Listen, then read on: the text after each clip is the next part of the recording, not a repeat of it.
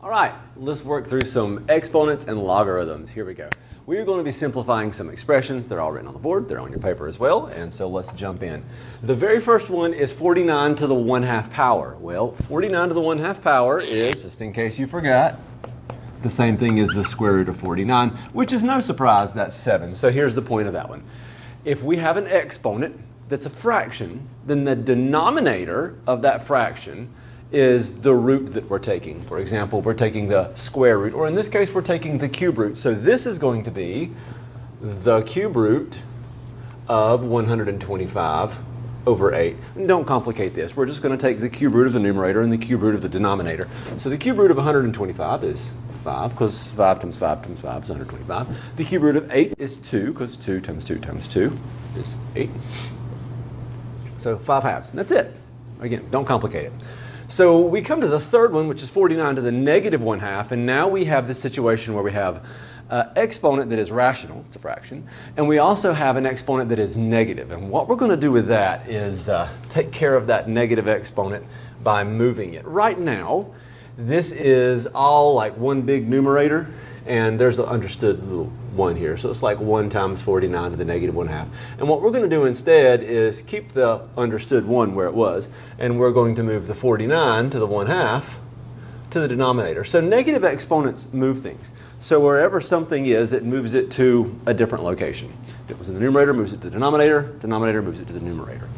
So we basically have the same thing we did from the very beginning, where we had 49 to the 1/2, only it's in the denominator, and that gives me 1/7. Okay, let's keep going here. We have 64 over 27 to the negative 2/3. And let's see, well, the negative is going to move things from the numerator to the denominator. That's going to get a little complicated. So that's not, we could go ahead and move things first. I personally choose not to. There's a lot of ways we could go about this one, but let's do it this way. A lot of things we need to discuss on this one too. Can we talk about the 2 in the exponent? So the fact that we have, let's pretend like it's positive just for a second. If this was what we were dealing with, we'd be taking the cube root, but then what about this 2? Well, what about the 2? Let me show you where the 1 was over here, and where the 1 was over here. So if we were going to do this, we'd take the cube root, but then we'd square it. So the denominator of our exponent is the root that we're taking. The numerator is what we're going to raise it to. So what we really have, putting the negative back in there, is I'm going to give this exponent to the numerator and the denominator. Not the only way of doing it. That's just the way I think it's going to be simplest. 64 to the negative 2/3 over 27 to the negative 2/3. Totally could have done that right here. I could have been like, oh, 125 to the 1/3 over 8 to the 1/3. Could have done it, just didn't. Didn't feel like it. I noticed the negative exponent, so I'm going to move it. Now, again, we could take this whole thing and be like 1 over that to make it positive, and that works, but then we'd have to reciprocate it and bring it up, and it's fine, but let's not.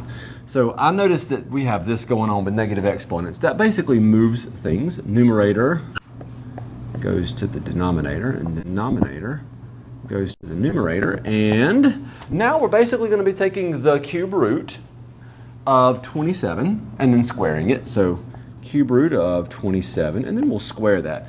We could square the 27 and then take the cube root, but then the numbers get really big really fast. It's not worth the trouble. It's best to wait on that exponent.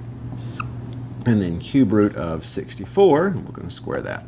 Okay, cube root of 27 is 3. Cube root of 64 is 4. And we have 3 squared, and we have 4 squared. All right. Okay. The next one, I'm going to switch colors just so things don't all run together and all look black and blue. We have 4 to the negative 7, 4 to the 9, and 16 to the 1/2. Can we go ahead and talk about the 16 to the 1/2? You know what it is, right? It's 4. It's 4 to the 1, actually.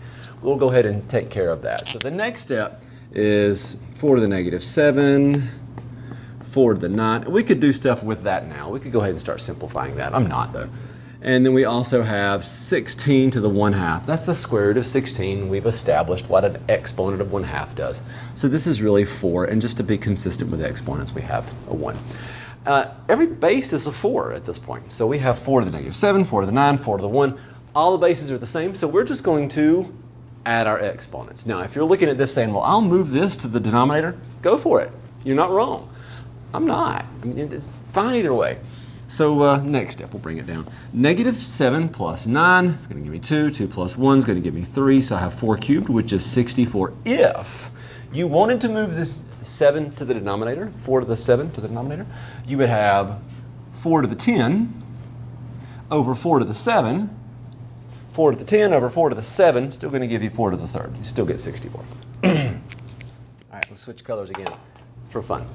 There's a lot going on this one. There's a lot of different things we could do to start this one, and I think the best, personal opinion, best thing to do is to not deal with the negative exponent, but instead, again, personal preference here, I'm going to just go ahead and multiply this negative 3 times this 5. So we are multiplying exponents in this case. We have that. And we could go ahead and simplify this in here before we ever start. There's multiple ways to attack this. That's just what I chose to do. And I see negative exponents and they move things. So we will move the denominator to the numerator to the denominator, because both of them were negative exponents. And now we'll just subtract. So 27 over 15, let me rephrase that, a to the 27 over a to the 15, and we will subtract 27 minus 15, and we will get 12. And it is indeed a positive 12. More than one way of going about it. Like I said, I do want to do this one a different way with a different color pen. Let's go ahead and simplify inside here first. So, different way of doing it. If I wanted to reduce a to the 5th over a to the 9th, I could subtract my exponents. We'll do big minus little. So we'll do 9 minus 5. That's going to give me 4. And that would be in the denominator, because I had more in the denominator than the numerator. I don't know how well this is showing up. And then we have this.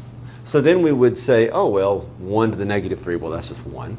A to the 4th to the negative 3, that would give me a to the negative 12, but it's in the denominator. That would bring that up, still becomes a to the 12. See? Again, more than one way of doing things. Okay. Last two problems involve logarithms, and there's some properties of logarithms that are going to come in very handy, very frequently. If we are adding logarithms, then we will multiply together and get 1 log. If we are subtracting logarithms, they have to have the same base. We'll talk about that in a minute. If we're subtracting logarithms, then we will divide, get 1 log. And if we have a coefficient, it becomes an exponent. And all this has to do with the properties of exponents that you already know, but because logarithms are a way of dealing with exponents, those properties apply. Okay? Let me say all that again in a slightly different context. Notice here that we did 5 minus 9, or 9 minus 5, depending on how you wanted to look at it. We ended up with a to the 4th in the denominator. Whenever we are dividing with like bases, same thing we did here, 27 minus 15. When we're dividing with like bases, we will subtract. Logarithms are a fancy way of figuring out exponents, and so we are subtracting so we can divide. Subtraction and division are synonymous in this context. Addition and multiplication are synonymous in the way we simplify things. So let's just simplify. We're going to get 1 logarithm out of this. We're going to have natural log with a squeaky marker, squeaky pen, and it's x squared minus 1 over x plus 1. And this is correct. It's good. I like it. You like it. It's great. We're happy. However, we can reduce that. That does simplify. We can factor the numerator and cancel some things out. And we will do that. But again, we divided, created 1 logarithm because we were subtracting. So natural log of x plus 1, x minus 1, there's our numerator, and the denominator is x plus 1. And then we can cancel out the x plus 1s. There we go. And so we are basically left with the natural log of x minus 1. Okay, let me write a couple things in there that you didn't see, but they were there. There's a base. The base of a logarithm is the way of saying the base to what power gives me this. Whoa, okay, that was wordy. Let me try this again. Here's my base. My base is e, 2.7-ish. 2.7 to what power will give me this? That's what a log is saying. Here's an e as well. Log base e, natural log base e. If it's a natural log, it's always base e. And then a natural log of a base e. And then when I put them together, I still had a base e. And then I still had a base e, and I still had a base e. And I didn't have to write it because it was understood. Didn't have to put that in there. When we get to the next problem, we have a 2, and a 2, and a 2. If these were different numbers, we could not simplify them. It'd be very different. It would be like having an A here and a B here, and we wouldn't have the same base and be able to simplify it. So what we're going to do is keep the 2 with us as we go. Okay.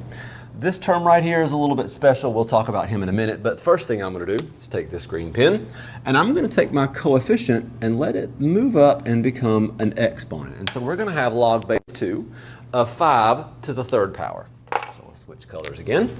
We have log base 2 of 5 to the 3rd power plus log base 2 of x plus 1.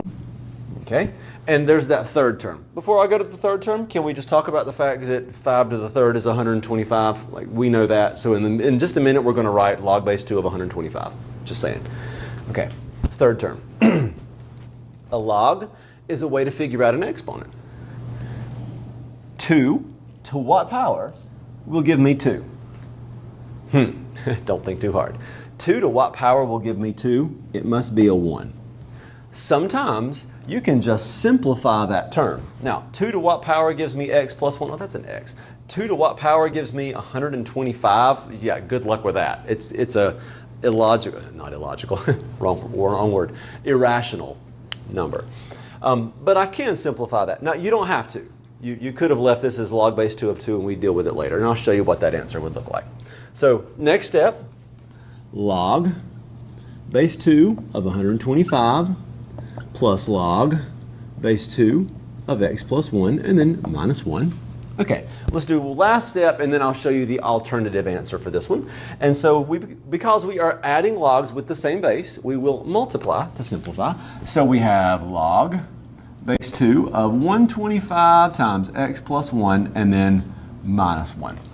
Okay, alternative answer would be log base 2 of 125 times x plus 1, and I'm going to write the answer over here. Log base 2 of 125 times x plus 1 over 2. Where'd you get that? Glad you asked. Because we were subtracting log base 2 of 2, then I would multiply these, 125 times x plus 1, and then divide by 2. This is another way of writing it. These are the same thing. Either one is acceptable. This one's a little cleaner in my opinion. But they're both of them, hard for me to say, both of them are the same.